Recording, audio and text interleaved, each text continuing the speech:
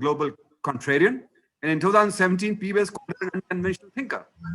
She's a frequent guest and guest anchor on broadcast media such as Bloomberg, CNBC, CNN, Yahoo, Finance, Reuters, Fox Business, and what have you. She is also sought-after speaker at prestigious industry conferences, including the CFA Institute, Morningstar, and the Schwab. Fluent in several Indian languages, including Hindi, Rupal earned a Bachelor's of Commerce degree in Accounting and Finance, as well as Master's in Commerce in International Finance and Banking from the University of Mumbai. He later earned an MBA in Finance from the University of Rochester. And I'm also proud to tell you she's also a Rotary Foundation scholar. Rupal, we are very grateful to you for finding time to address the club and looking forward to your conversation with Mehul. Thank you. Over to you, Mehul. Hello, Rupal. A very good morning to you. And thank you for accepting our invitation. Rupal, let's start from the very beginning. Can you tell us something about your formative years on Dalal Street, before you made it to Wall Street? And what is it that led you from Dalal Street to Wall Street?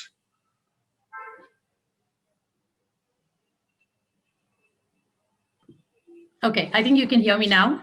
Yes, we can. Okay. Well, first of all, thank you so much for having me, address your group.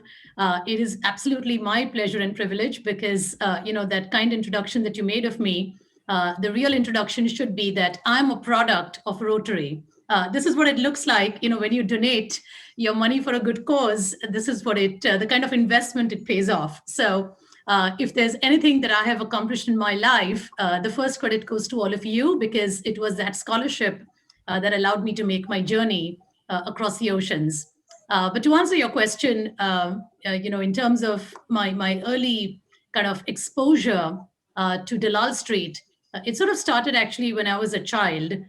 So I had a head start of sorts because my dad, who actually also studied at Sydenham College in Bombay, just like I did, he was a stockbroker and he had a stockbroking business. And in the 1960s, markets were booming. And so our family business was doing great, and he put me in great schools and, all the usual trappings of a well-off life. But then the 1970s came along and stock markets crashed. And so did our sort of family fortunes. And so from a very early age, I was exposed to the ups and downs and the vicissitudes of markets in a very up close and personal way. And I remember when I was sort of 9 years old, and I wanted something, and I went to my mom and said, could I get this? And she said, sure, I'll get it for you when we have money. And this 9-year-old, I'm like trying to understand, okay, what is this thing called money? And why don't I have it? And how do I get it? So I have to say that, that exposure to money and therefore finance started at a very formative age. I think that once I understood that accounting is a language of finance, I studied accounting in my school, actually. The old Bartley Boy double entry bookkeeping. I am sure many of you are familiar with that one. It was a gold standard in Bible back in the day. And then that allowed me to kind of explore internships. In India, it's apprenticeships when I was in undergrad college. So one of the secrets of my success is that I started working at a very young age. I think nothing like hands-on practical experience. I was very fortunate that, growing up in Bombay, of course, Dalal Street is the place to be in terms of exposure to markets. That's kind of how it all began. In terms of why I came to America, over the years, even though I explored a lot of different things in finance, I kind of really wanted to be in the stock markets, notwithstanding my early roller coaster ride. I kind of knew you can have ups and downs, but I guess I enjoyed the ups as much as anybody does. And I kind of figured out how to deal with the downs.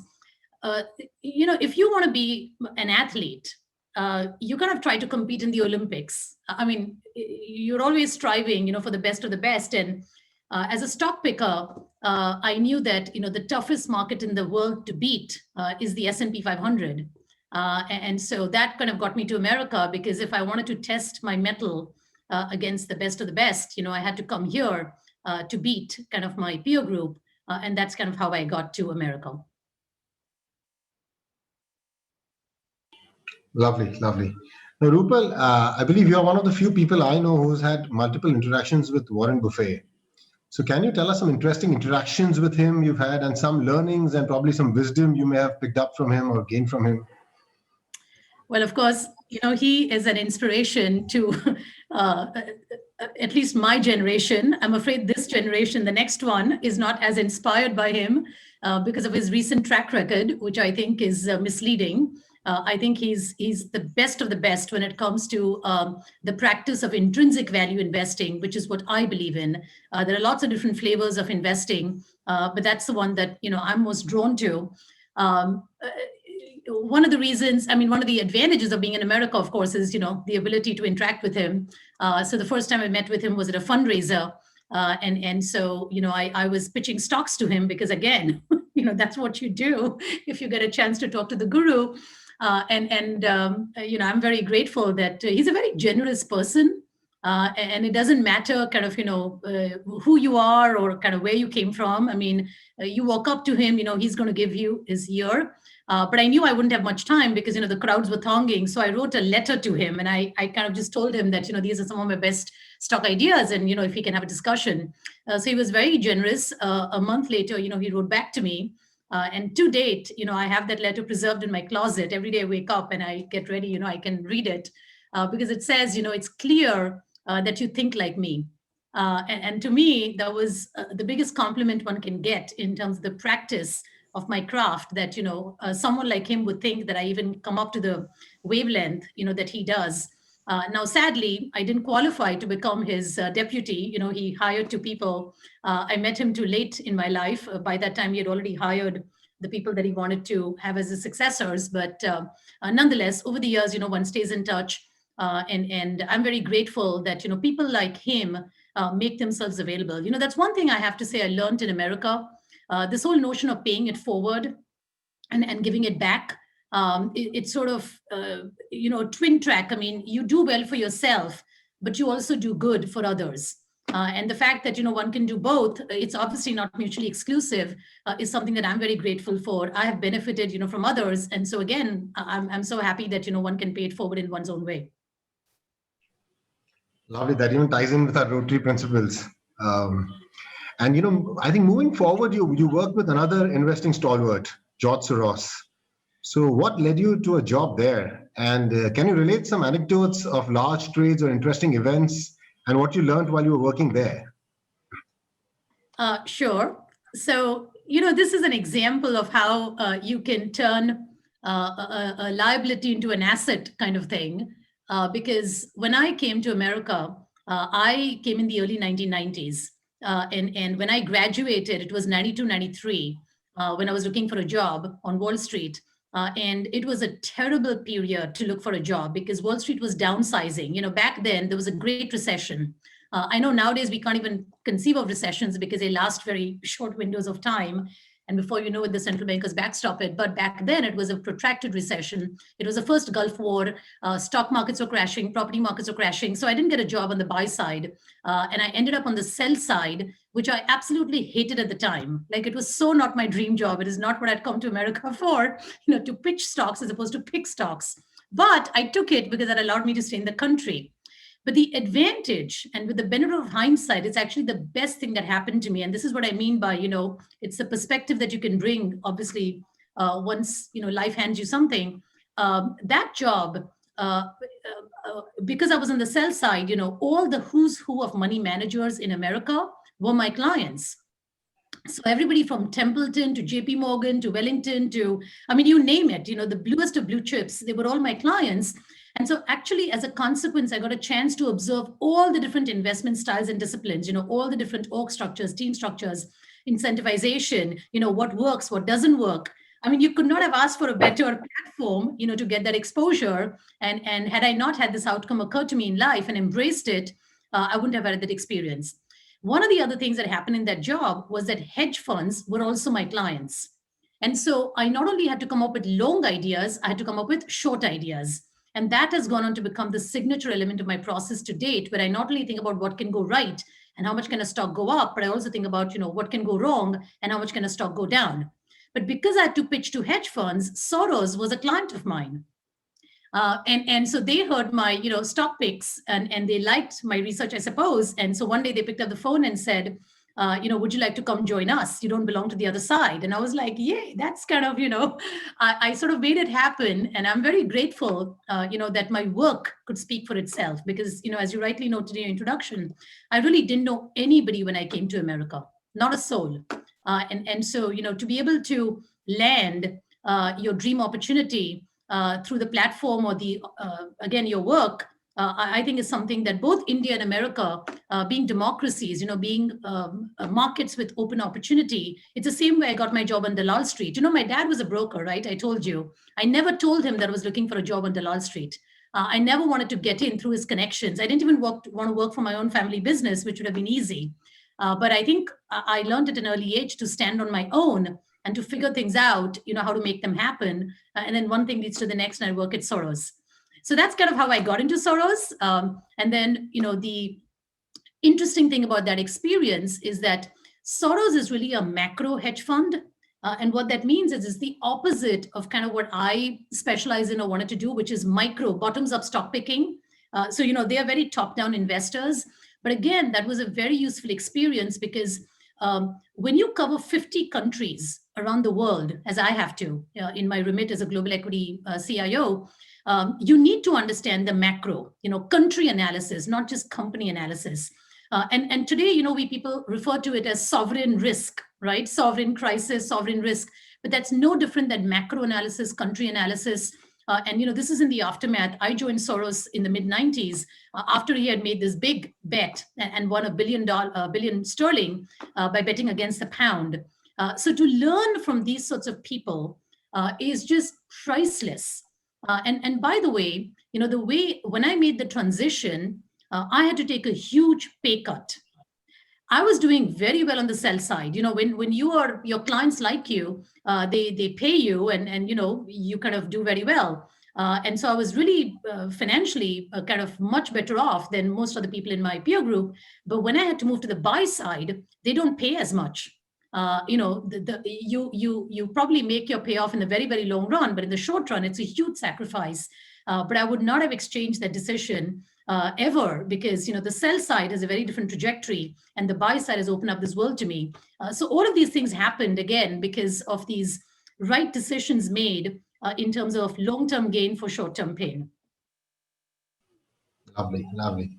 So can you give us some examples of how does Warren Buffett's style of investing compare or probably more so contrast with that of George Soros? I believe even asset classes are different. I mean, George Soros dabbles in a lot of other asset classes, but we would like to hear your point of view. Okay. Well, look, it's night and day. Okay. Buffett is an excruciatingly long-term investor. When you ask him what his investment horizon is, he will say perpetuity, right? Forever, which is the right way to think about it. Because if you've got a great idea, investment idea, and it compounds over time, then time does the work for you. And you don't have to kind of keep churning. Soros, on the other hand, and Stan Druckenmiller, we should not forget, his right-hand man, they were really very focused on figuring out how to make macro bets. And macro environments, tend to fluctuate a whole lot more, given that they can be very influenced by the political regime, the monetary regime, the fiscal regime, and so on. And so by definition of the marketplace that they were operating in, they were far more shorter term in nature. So obviously a hedge fund is a far more active trader, and Buffett is the antithesis of that, So it's great to see like two very different investment approaches, but they both deliver the goods. And I think that's what it is about markets. You need that diversity of views for a market to be a fertile source of restoring efficiency. Different people bring different things to the market. And I think that's what I would look at, what Soros brings to the market.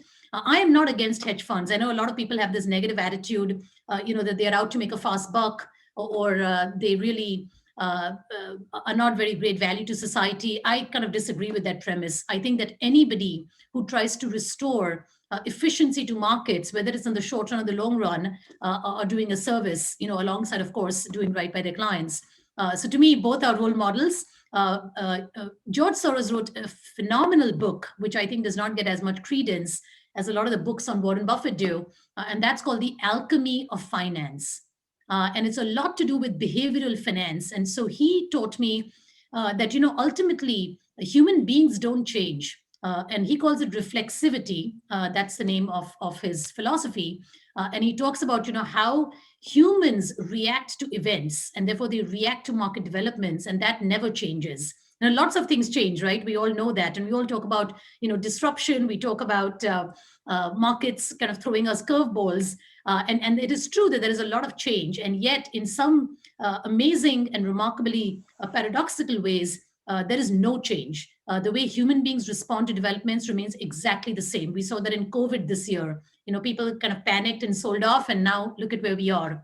Things sort of change, and yet human reactions do not change. So I think that's what I learned from both of them, and that's what I would observe. The ultimate thing that, and I'm very grateful for, I think, our Indian values here, and parents and what they teach us. My parents always taught me, look for the good in others, right? Look for what they can teach you, not what they can't teach you. So to me, I'm very blessed that I got people like Soros and Buffett teaching me. Lovely, lovely. So this is for the audience. Like Farhad said in the introduction, you've recently authored a book, your debut book, in fact, Non-Consensus Investing, Being Right When Everyone Else Is Wrong, which can be ordered from Amazon. I believe Amazon.com, not Amazon.in yet due to COVID. So, in your book, you mentioned that to achieve exceptional results, you must do something that makes you stand apart from the rest. Or like in India, we would say, thoda hatke. How did you position yourself to stand apart?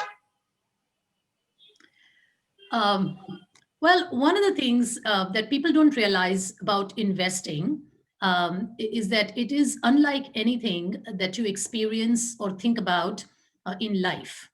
In life, if you liked an apple yesterday, chances are you will continue to like to eat an apple tomorrow and in the future. So the past is a good predictor of the future. But in investing, it can actually be the opposite. The past may not be a good predictor of the future. That's just one example. The other thing, for example, in life, if you get the answer correct, you're off to the races. That's what it takes, right? I mean, imagine if you're studying in school and you're giving an exam and you get the answers correct. I mean, you're going to ace the class, you're going to have success. So getting the answer correct is the recipe for success. And that's what people think it is about markets. Oh, gee, I think this company is going to report $10 of earnings, and the company reports $10 of earnings. But guess what? In markets, if you get your answer correct, but if everybody else also thought that that company was going to report $10 of earnings, well, there's no money to be made. It's already in the price.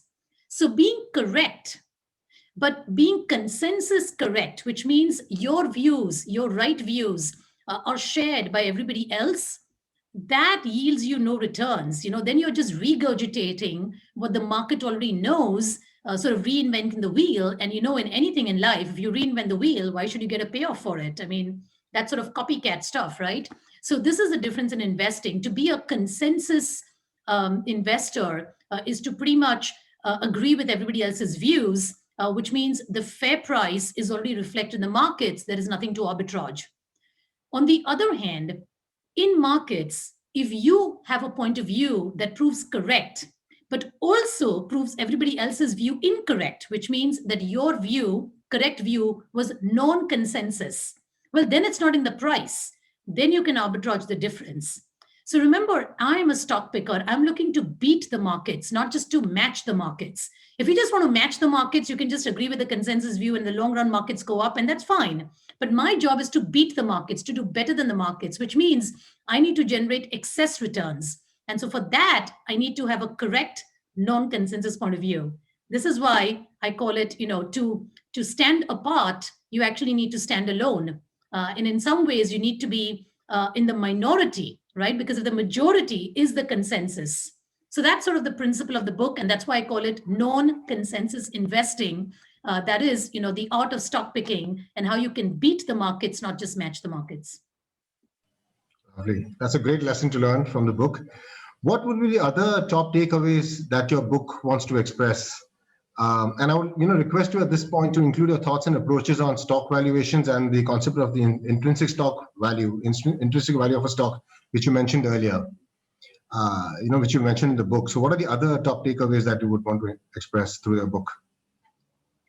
Gosh, too many to unpack in this conversation. So I'm hoping that someday I'm in India and I launch the book, and hopefully all of you can get to read it. But You do it at Rotary. or online, as you mentioned. But here's a few kernels. I think you have two. This is a two-part question in terms of intrinsic value. I mean, a lot of people talk about it, but few people understand what it really entails. So let me unpack that, because I specifically call myself as an intrinsic value investor, not just a value investor. What is the distinction? A lot of value investors, pride themselves on buying stocks that are predominantly trading at low multiples. Low price to books, low price to earnings. I mean, whatever multiple it is, that's kind of how they judge value. I really call them valuation investors. Because again, it's all to do with what you're willing to pay for something. Intrinsic value investors care about what they're getting, not just what they pay. Imagine if I told you, I'm holding this bag and it has something inside of it. Tell me what you're going to pay for it. And you tell me I'm going to pay, $100 for it. And I tell you, no, last week, this bag sold for $500 and you're only offering me 100 and, it doesn't work for me. And then you sort of think about that and you say, okay, you know what, I'll offer double that price, $200. And you still think you're getting a bargain because, I just told you something traded for $500 not too long ago. And then, we negotiate, and then finally I give it to you for $250. And then you open that bag and you find, it's a bag of rotten apples. And you say, you just scammed me. Why would anybody pay, $250? But remember, the bag of apples was a pretty good. They were not rotten apples a week ago or 10 days ago, right? So of course, someone might be willing to pay me that. But they've deteriorated, and that's not what you should pay. But you failed to ask the question. All you thought about is what you have to pay. You forgot to ask, what are you getting? And that is the art of fundamental research. People keep thinking that value investing, and this is why value investing has failed in the last decade or so, because they thought just as long as you pay a low multiple, you're off to the races. Well, traditionally, a lot of people paid low multiples for low multiple stocks like banks. And banks have been through a disruption and a deterioration in the business model for a decade worldwide. India has some specific challenges with non-performing loans, but generally speaking, so if you only paid attention to what you're paying, you can end up with a value trap, not a treasure that is undervalued. So intrinsic value means figure out what is the business worth. What are you getting? Then you figure out what you're willing to pay for it. Only then do you look at the share price and compare that and say, okay, is it trading at a discount, or is it trading at a premium, or is it the fair price? And a lot of the times, the market is not stupid. It is efficient. It is trading at the fair price. So there's no money to be made. So you move on and try to find out something that you have understood the value of a business, but nobody else has. Now you can arbitrage the difference. Again, goes back to the non-consensus approach. But you do understand that a lot of investing is about figuring out what you're getting, not figuring out what you have to pay for it. The stock market already tells you that. And information that everybody has is not worth having. So a lot of people do stock price navel gazing. What's the market doing? What is the stock at? What is the multiple? And the whole focus, is on that. And it's just wasted effort. It tells you nothing. It just tells you what you have to pay, where the real work has to be done in terms of what you're getting. Lovely. That's a lesson you learn outside of an MBA class. Lovely. Rupal, you've dedicated a last chapter of your book to appeal to women to empower themselves by learning the art of money management. Why do you think is it so important to women to learn money management among so many other issues that they struggle with in their lives? Well, you're correct. There are lots of challenges that mankind in general, not just women, have to overcome. But women in particular have a challenge in that by nature, they think to be much more diffident, and they're not very confident of their abilities. It's partly the way we were raised, and this is a global situation. I've traveled the world from Japan to Pakistan to India to America to, everything in between. I found this uniform attribute amongst women that they really don't stand up for themselves. They don't speak up for themselves. And the other thing is, money tends to be a taboo topic, not a thought-provoking one. And I, perhaps as a young woman who grew up to be independent, I know the power of earning money. because once you earn money, you learn money. You Learn money. save money. You know how to invest it. I mean, it just feeds on itself. And I've always equated, financial freedom with emotional freedom. I think a woman becomes independent in her thinking and actually becomes a better life partner. I honestly do believe that women sometimes, because they're not exposed to the corporate sector, they don't understand the challenges and the trade-offs of business and where the rubber meets the road, where I think a lot of men get that reality check. So I just think that, when you have a paycheck, you get a reality check, in my view. You learn to understand, what it means to earn money before you spend it. And so I certainly am, unlike many women, if I may say so, don't really know how to spend money in the way, traditional women know how to do it. I just know that it's so hard to earn the money. And so I just think these formative lessons are very important for women to learn, not just because it helps them individually, but it helps them in terms of raising, their own families and being a better life partner and so many other things in life. So that's kind of why I dedicated this chapter, to encourage women to understand, my situation, because I was not exceptional. I am not exceptional. I know that, a lot of the things that have happened to me in life are exceptional, but I do not believe myself to be exceptional.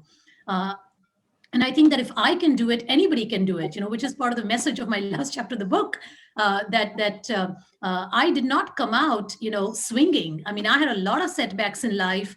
I just didn't have money. I didn't have resources. I didn't have a network. I mean, I didn't have any of the traditional sources of support.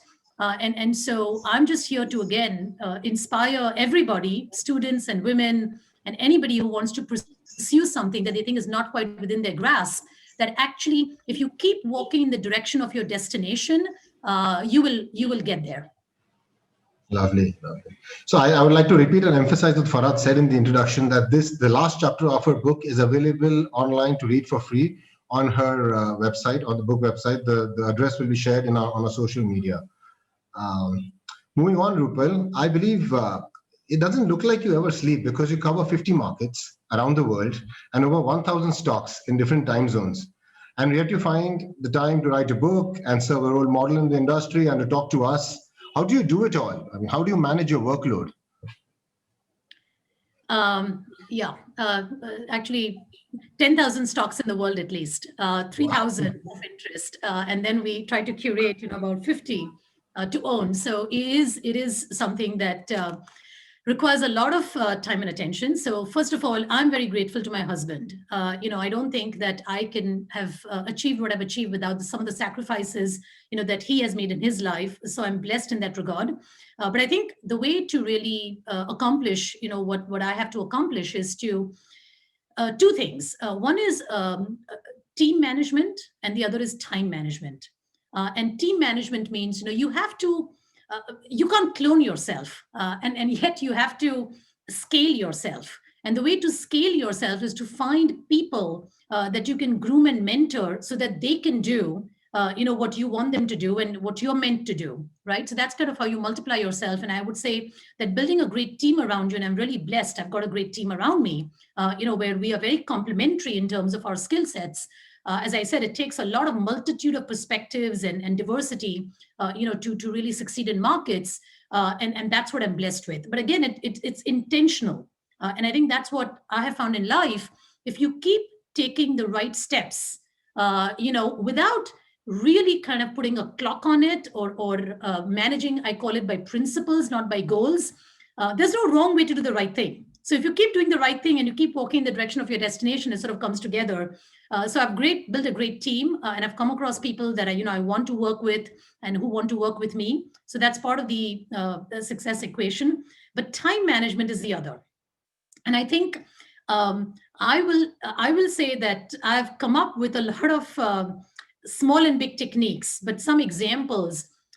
You have to abstract what is most important and make time for that and nothing else.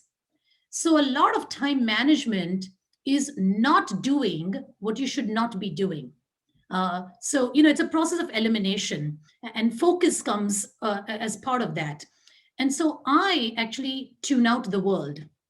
My email address is not on my business card. People don't know my email address if I don't give it to them. And even after I give it to them or they somehow have figured it out, all the emails that are on my safe senders list, those are the only ones I see. Everything else automatically goes to junk. So that's one way, because I face an avalanche of information in inbound, and I need to kind of create a boundary, so to speak, otherwise I'll just drown. Another thing that I've done is I don't use my phone in the sense that, I don't get any incoming calls. Another thing I do is I've never set up voicemail. Nobody can ever leave a message for me. So I control, what comes my way, as opposed to, it being push. I pull the information that I need in terms of research, in terms of the people I need to talk to, in terms of, what gets on my calendar. I think all of the things, those are the kinds of things that you have to learn to do, to be very disciplined about how you manage your time.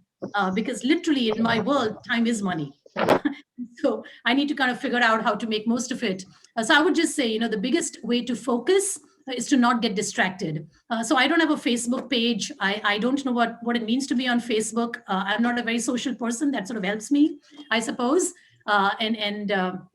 As I said, I just control I'm going to call it the social media. I don't even watch TV. I know a lot of people think that, we stock market people are on, watching CNBC and Bloomberg and all these things all day. I have not tuned into TV for at least, over a decade. I learned my lesson post 2008. Before that, I would do the conventional thing and it would be sort of be running in the background. I've tuned it out. I don't read newspapers. I know it sounds crazy that a person who's following markets is not kind of keeping on top of news, but I have a very curated list. I get RSS feeds of the things that I know are the headlines. I have few publications that I know what I have to pay attention to. So I guess a lot of things are unconventional, but you have to do what makes sense for your profession, for your work. And it's not that you're not doing the work. It's not that, you slack off. It is that you are curating what you want to have happen in life. The people you want in your life, the things you want to have happen in your life and want to focus on. That sort of team management and time management. That's the secret. Wow, that's very unconventional, I must say, in today's day and age, at least. So, Rupal, what is your best investment idea? Okay, I do get asked this question a lot. Everybody wants to know that. Trust me. Okay, I'll answer it in two parts because I know the intent of your question, but I'm going to make it an unconventional response. Look, the best investment you can make is in yourself. It is absolutely, and I think whatever it is that gives you joy and satisfaction in life, do that. Because that is how you lead a very fulfilling life, and a successful life is one that's fulfilling. Which in a way means the best investment you can make is investing in relationships. Because mankind, we cannot be islands. We need people in our lives. I'm a self-proclaimed and introvert, and yet, I could not do without meeting fine people like yourself. And so I would just say, invest in yourself, invest in relationships. Ultimately, that's going to be the best investment we make. But I know the intent of your question. You were looking for a stock market tip or two. I'm not going to give you a stock market tip or two, but I will tell you how to frame, your thinking about where you might find more fertile investment opportunity and where the past may not be a good guide to the future. One of the things, that for the last couple of decades, sort of, during our adult lifetimes, investing lifetimes, that has worked out very well is technology. And we traditionally think about technology and tech stocks as being sort of the fertile, source of opportunity. Whether it's in the 70s and 80s, it was the semiconductors, Intel and Texas Instruments, then it became sort of from hardware, it went to software, Microsoft and Apple and, all the sorts of things that we know about today. Traditionally, that's how investing, has framed itself, that you want to own technology, and that's kind of what gives you compounded returns. I would pivot and observe that you are actually reaching the limits of technology. And I would sort of abstract and say it's really the limits of physics. Physics caused the Industrial Revolution and the semiconductor revolution, the Moore's law, every 18 months, the number of transistors on a chip multiply. You're all familiar with Moore's law. Well, Moore's law has come to an end. So we can't push the vector of analog improving our digital experience. Do you see what I'm saying? Because ultimately, even if you're on Google or on any of these, what seems like a software or a service business model, they're driven by data centers, and they're driven by computer chips, that are doing processing at the back end, which is how we actually operate. Well, that's come to an end. And I don't think the best investment opportunities are going to be what I'm going to call a play on physics. That's yesterday's blue chip, yesterday's success story. The going forward, I would say focus on genomics. And that takes you into the world of healthcare. An industry that is not very highly regarded, especially in the US. People think in terms of pricing pressures and all sorts of negatives. And again, I'm familiar with it, of course. But I think what people fail to understand is that a lot of the negatives in the healthcare sector occurred partly because a lot of pharmaceutical companies did what any company does. Sometimes they produce what I call was Me Too drugs, copycat drugs. Well, I've told you, in life, if you just regurgitate or you reinvent the wheel, you're not going to get a lot of payoff. It's a race to the bottom because then you're a commodity if you're a copycat. But if you can innovate and you can come up with therapies like we have with the vaccine of COVID, it's based on what is called the mRNA. It's a paradigm shifting way to create a vaccine and a targeted therapy. It has not been deployed historically. That's what I mean. If you can come up with innovation, it just happens to be in a different domain.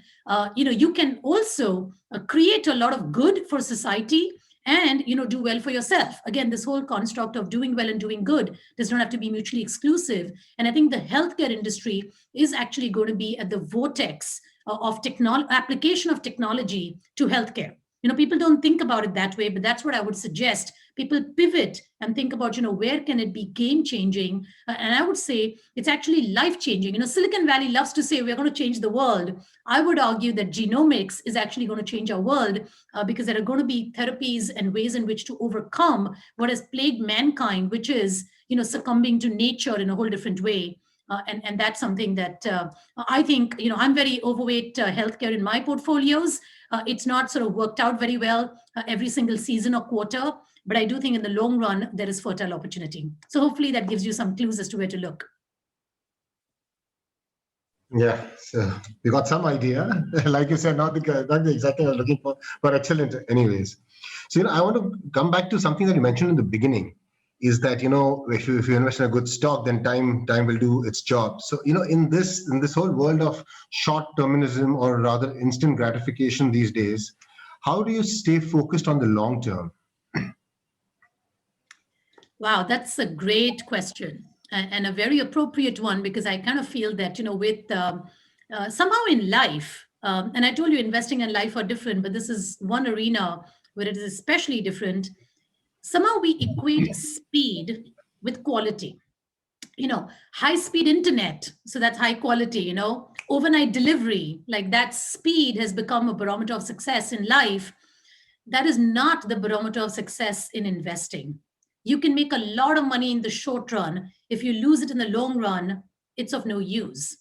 And people don't realize that whenever you make money, let's say you start out with $100 and you go up to $200, you've gone up 100%, but it only takes you losing 50% to get back to where you were, right? You made 100%, but if you only lose half as much, 50%, you're back to square one. I mean, that's sort of like not a very good recipe to make money if you make a lot of money, but you end up losing it. The other thing I would say in terms of the short run and the long run is that people somehow think that patience is the slow move. I would actually say that patience is the smart move. If you think about a seed, you can be the best trader of a seed. You will never make as much money if you let the seed become a flower. You can be the worst trader of a flower. A flower is tenfold more valuable than a seed. And all it takes is patience for that seed to become a flower. So in that sense, patience is the smart move, not the slow move. When I bought some stocks in my portfolio, one of the largest holdings I have, it's public information, which is why I share it with you, is Microsoft. I bought it 7-8 years ago when nobody thought Microsoft would succeed, when in fact it was priced for failure. And again, the conventional wisdom was that Apple was going to eat its lunch. and that Microsoft was over. And we knew that actually Microsoft was on its way, again, based on the research we did, to become an enterprise staple. The traditional lens with which people looked at staples was it has to be a consumer staple. I'm sure you've heard that word. But nobody thinks about an enterprise staple, but think about software. And the software that Microsoft made was a staple of the enterprise. Word, Excel, PowerPoint, Outlook. I mean, you all work in offices, it's a staple. You can't do without it. But nobody viewed that company with that lens. But the first couple of years owning Microsoft stock, I lost money, right? And when you lose money, when you underperform, people think you're cuckoo. You don't know how to manage money, right? In the short run, that's how you're judged. Quarterly performance, short-term performance. And so when people do that, they miss out, on really the value that is going to expose itself when the business does what you think it's going to do. But it takes time for that to reveal itself.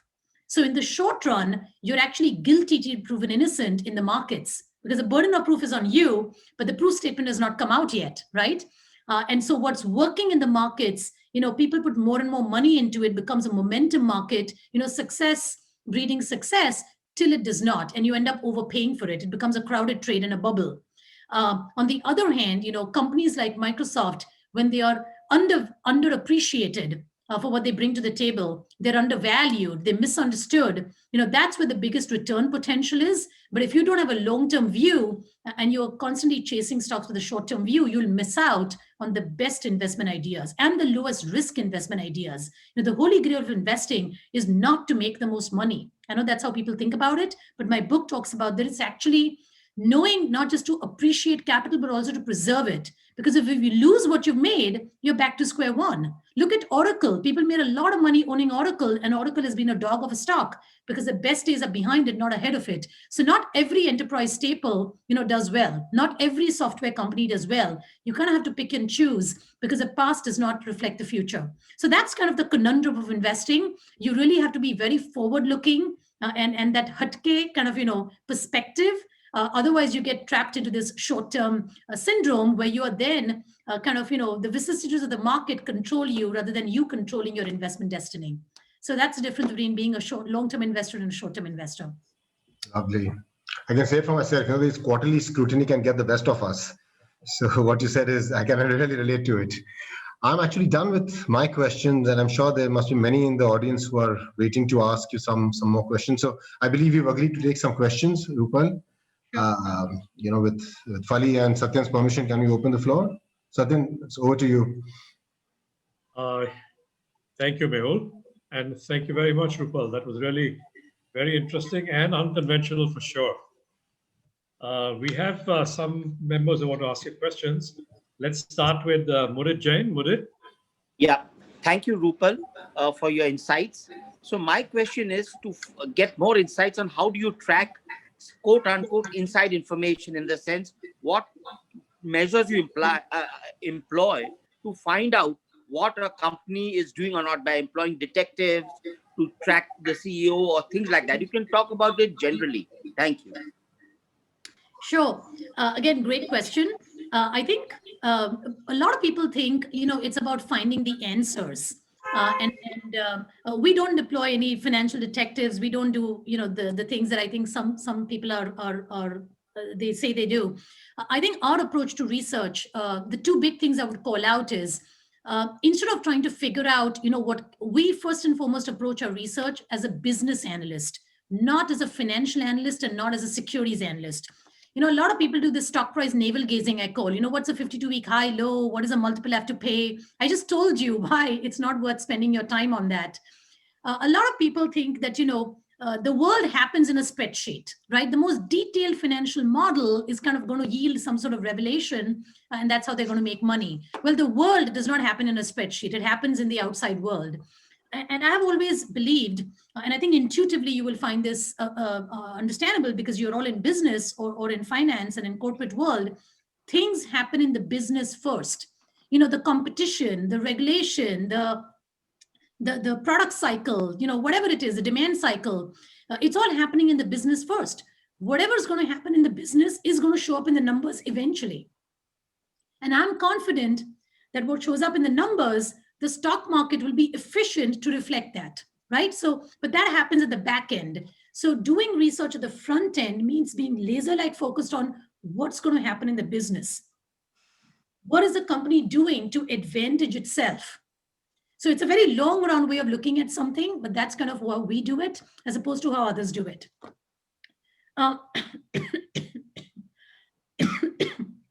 Sorry, my husband's a lucky man. If I talk too much, my voice goes away. So I've been talking nonstop and I'm not used to.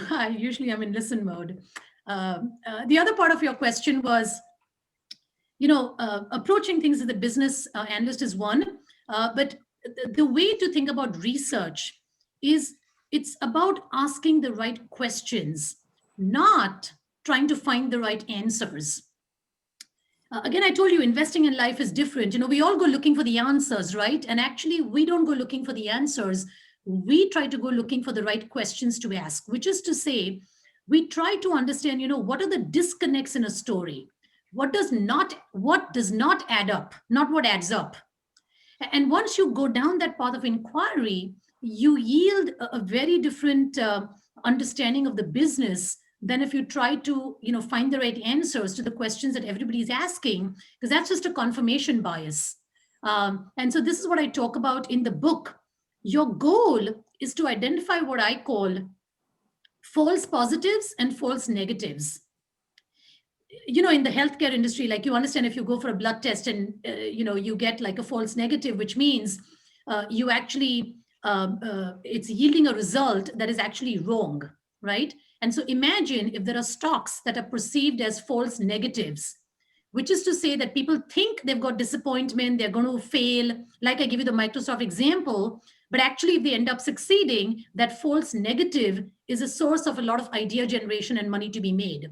On the flip side, the false positive is companies that are already priced and understood to be successful.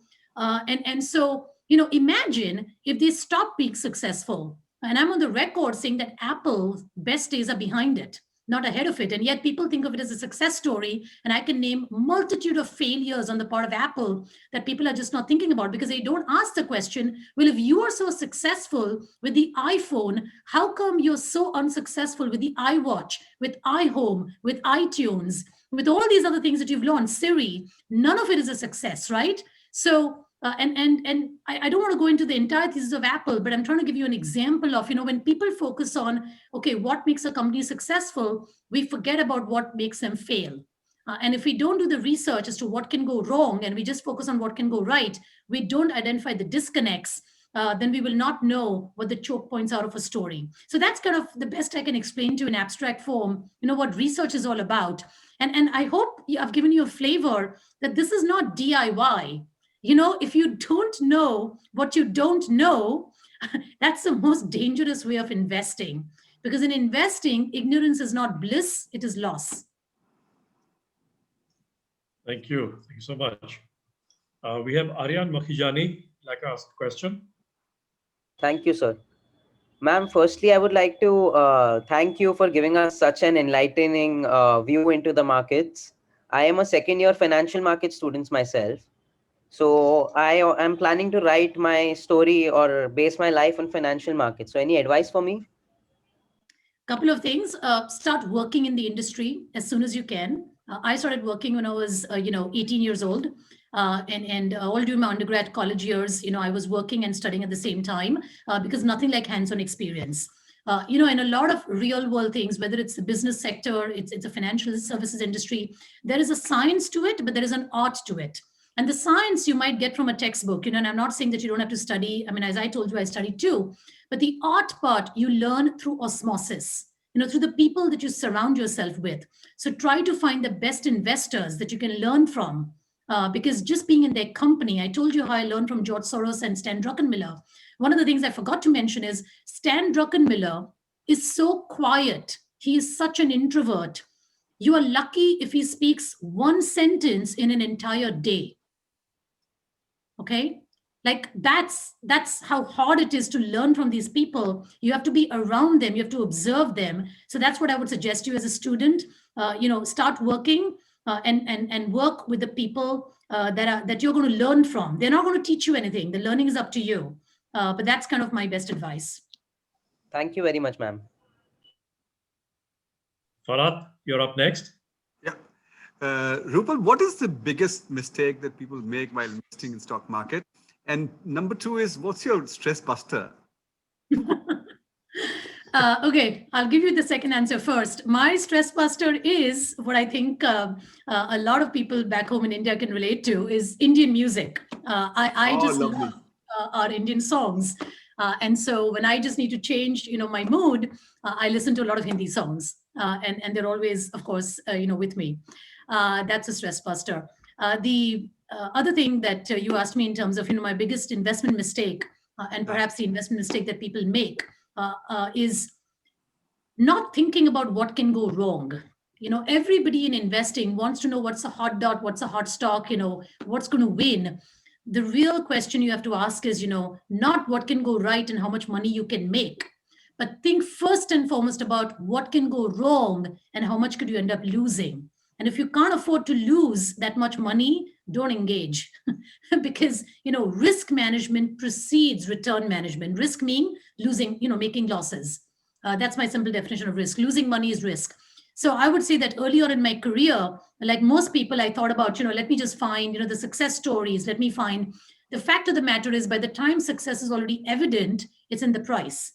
And you have to pay up for it, right? And that's not a recipe for an intrinsic value investor. So I think about what can go wrong. And the best part is, if it's already gone wrong and it's already priced for failure and disappointment, you're being paid to take the risk. So it's not that the risk does not exist. Risk exists all around us. Things can go wrong in the real world, in the business world. I mean, we all know that.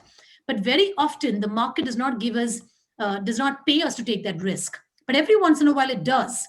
When you engage at that time, you've got the lowest risk and the highest return opportunity. That's what I'm looking to arbitrage. And so a mistake can become an opportunity if you learn from it. As I write in my book, failure is not a failing, it's an opportunity for learning. Thank you. The fantastic advice. Thank you. Shani, you're next.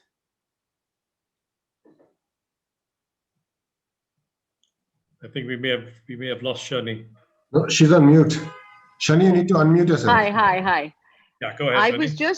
I was wondering, what is the best advice about investing in Bitcoins? Okay.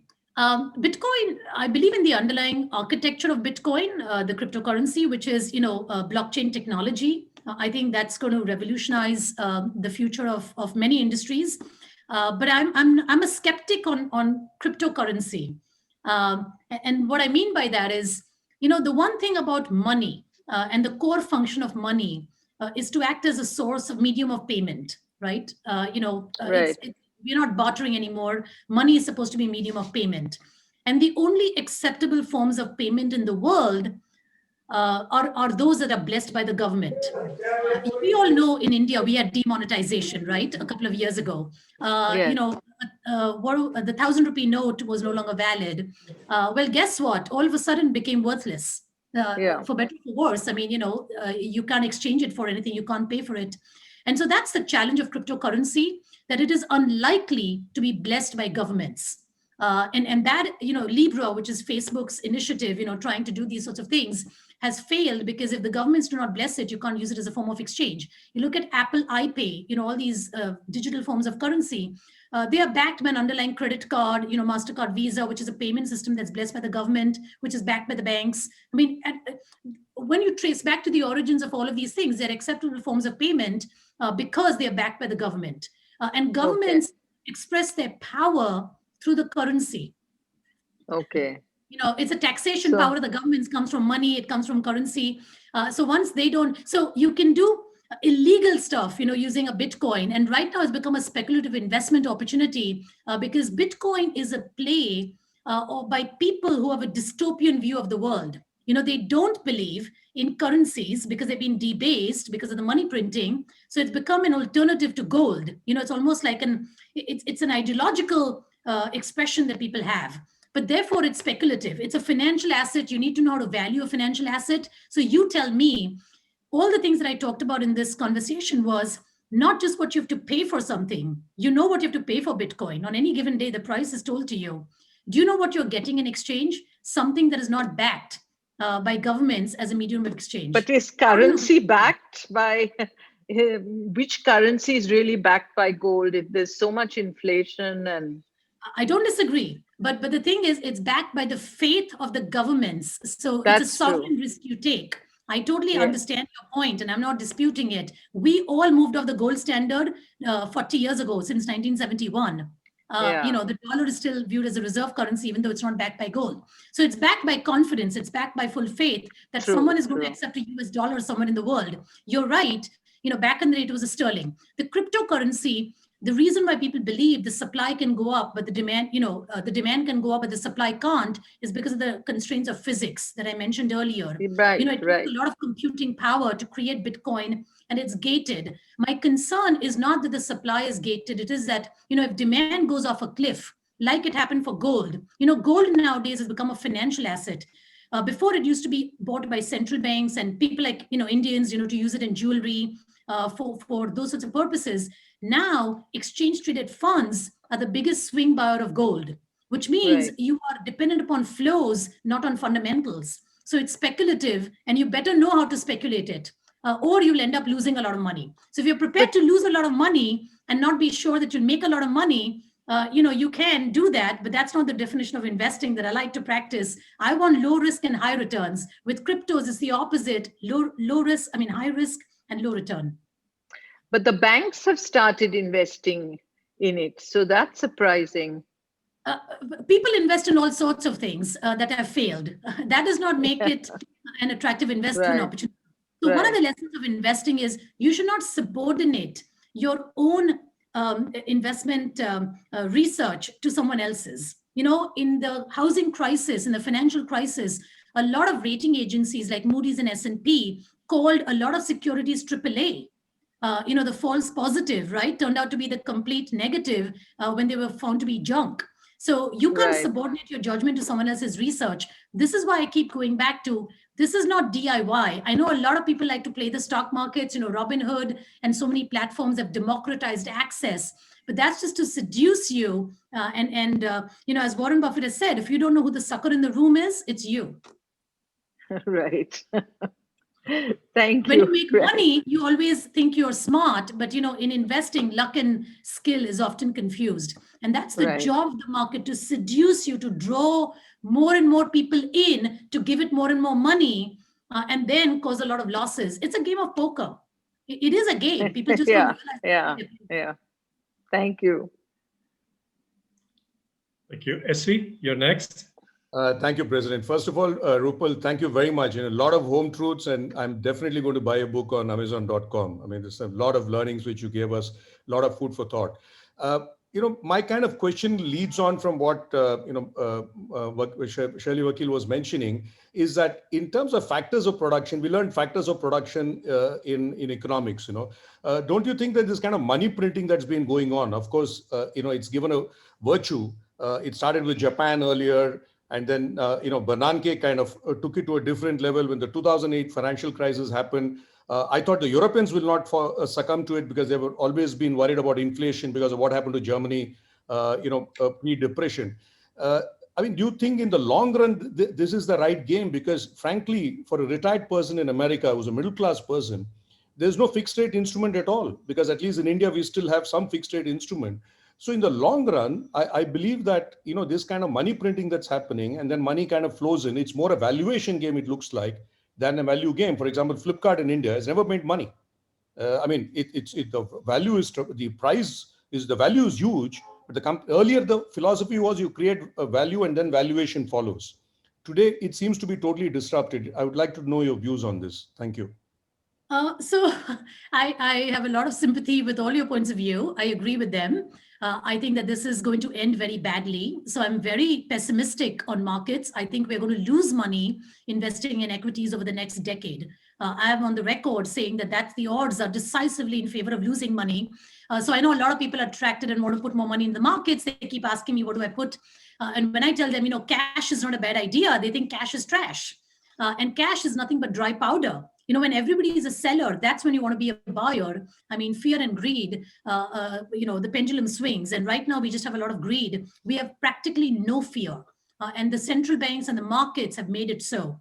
But again, I will tell you, this is exactly the psychology that prevails in a bubble. It draws everybody in. It becomes a confirmation bias. Well, of course, the world has changed. You don't have to think about factors of production. You don't have to think about making money. Look at Facebook, look at Google. It followed Amazon, so why not Flipkart? But the fact of the matter is that kind of thinking can be very dangerous because we all know the old truth, bird in hand is worth more than two in the bush. Okay. And people don't realize disruptive forces. I can tell you, growing up in America in the 1990s, when I cut my teeth in the markets, people thought there would be no challenger. Okay. No challenger to Walmart. Walmart was the juggernaut and it grew from strength to strength. And people just put a stratospheric multiple. Nobody even knew the existence or the possibility of an Amazon. And look at Walmart today. Amazon beat it to a punch, right? And this is supposedly the highest barrier to entry, the franchise quality business and all that kind of, narrative that today prevails on Google and Facebook. So I'm very familiar with these, companies that are supposedly nothing can go wrong kind of stories. And that's just very dangerous. I think if I'm an investor, and this is what I'm doing in my portfolios, is avoiding assiduously indebted companies and buying net cash companies. So you don't have to go into cash, but buy companies with strong balance sheets, because when the world is coming to an end, like Berkshire Hathaway, the only person who makes money when everything is falling is him, because he has the money to go and tell Goldman Sachs, I'll buy a warrants, you just have to pay up for it, right? You're going to give me these terms. So I think you can dictate terms when you have that kind of leverage, not the debt kind. So there are ways to skin the cat. You don't have to give up on investing. If anything, I will tell you, net cash companies are actually very undervalued. So there is value to be found in the market. I'm lucky as a portfolio manager, I don't have to find hundreds of stocks, just a handful. And they always exist. I could find those handful of stocks in the late 1990s during that bubble, and I find stocks today. So the issue is, whether you're willing to take the short-term pain. My portfolios are underperforming. I'm taking that pain because I don't own that hot stock. But very few people are willing to have that patience to ride out what seems to be, looking foolish is very different than being foolish. So I'm looking very foolish, but hopefully I'm not being foolish. That's all you can do. Bide your time will come. Thank you for that. But one macro question, do you think the world should eventually go back to some kind of a gold standard where, money has to be backed by some asset, It can't be because US is the reserve currency, US dollars. Do you think that something like that should happen? What's your view on that? I don't think we will go back to the gold standard because it's not possible. I think that the markets will call the bluff on the US dollar at some point. History has shown repeatedly the Roman Empire lasted in its glory for 200 years. The UK, the United Kingdom, which also, don't forget, ruled over India, ruled over America, right? Till we all threw them out, had a 200-year hegemony. The United States is close to its 200-year hegemony. And the United States does not realize it. It feels like it's on the top and nothing can go wrong. And that's exactly when it's the beginning of the end. Okay. And so I would suggest to you that look around the world. The desire is to put more and more money to work in the US markets. I would say that is not where the opportunity is. I'm very underweight the US market. I'm overweight international markets. I'll tell you some of the best companies in the world. Think about, again, this conventional wisdom that, it's Facebook and Apple and Google and all these great success stories. Some of the best success stories, in which country I found them?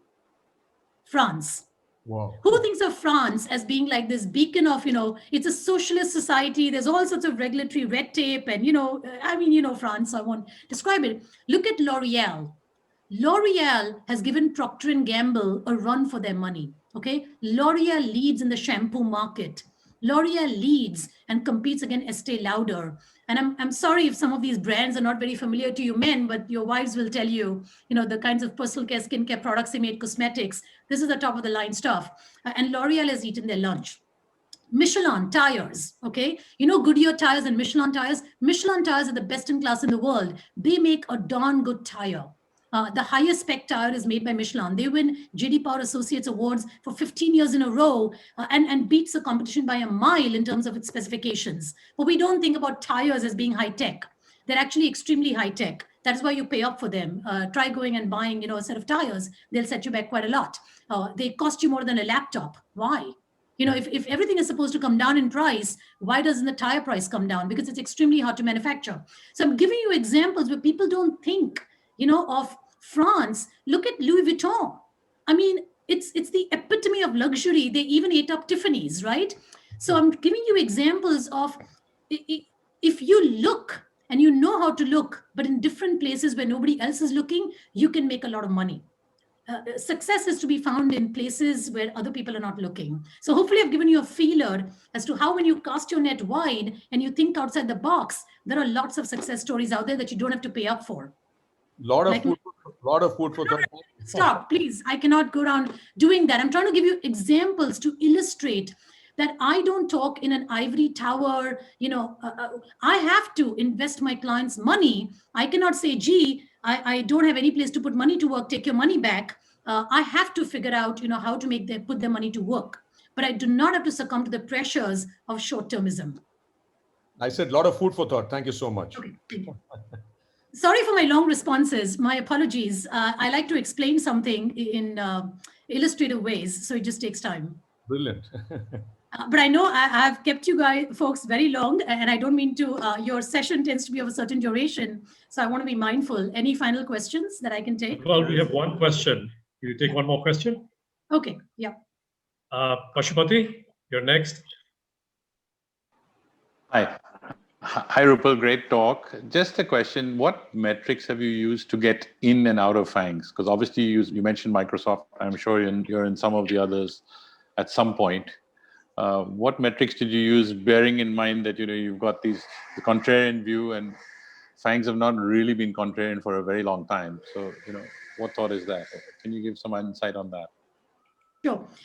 Look, when it comes to valuing, the intrinsic worth of a business, it's ultimately a discounted cash flow.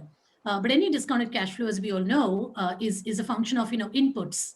They will yield the outputs, and so if you have the inputs wrong, in the sense you don't know what that business will do, and you plug in the wrong numbers in terms of growth rates or economics, you're going to get the wrong output. So it is a DCF. You can triangulate the DCF using other methodologies. It's a dividend discount model. It's a P multiple, EV EBITDAs. I mean, all sorts of things that you can sort of see the line of best fit. But ultimately, it boils down to what are the free cash flows that the company generates, and more importantly, come back to us. One of the biggest myths, and the way I do not believe in valuation is the way it's done in the US, is a lot of Silicon Valley companies and so-called success stories. I'm going to mention even companies like Facebook, Salesforce.com, etc. The more newer variety of tech companies, they actually don't make money. I don't know if you know, Facebook makes money, but Salesforce is a loss-making company. Netflix is a loss-making company. Now, people think they make money. That's sort of, the media, I don't know, all these headlines, you actually look, they don't make money. They make money based on non-GAAP accounting, which by disclosure is not generally accepted accounting principles. Like, think about it. We are all willing to accept this ridiculous notion of non-GAAP earnings. On GAAP earnings, they are loss-making. By the way, Netflix is an absolute house of cards, in my opinion. Of course, it does not trade that way. And the reason for it is facing so much competition, right? Disney, HBO, all sorts of entities, including in India, as you know, there are a lot of people who produce better content. Netflix is not the only one. And yet, people think it's going to remain a monopoly like it has been in the past decade. And it's not. And they have to spend more and more on content, which means that a loss-making business model and a negative free cash flow generating business model. But right now, people's valuation metrics are based on what they call eyeballs and engagement.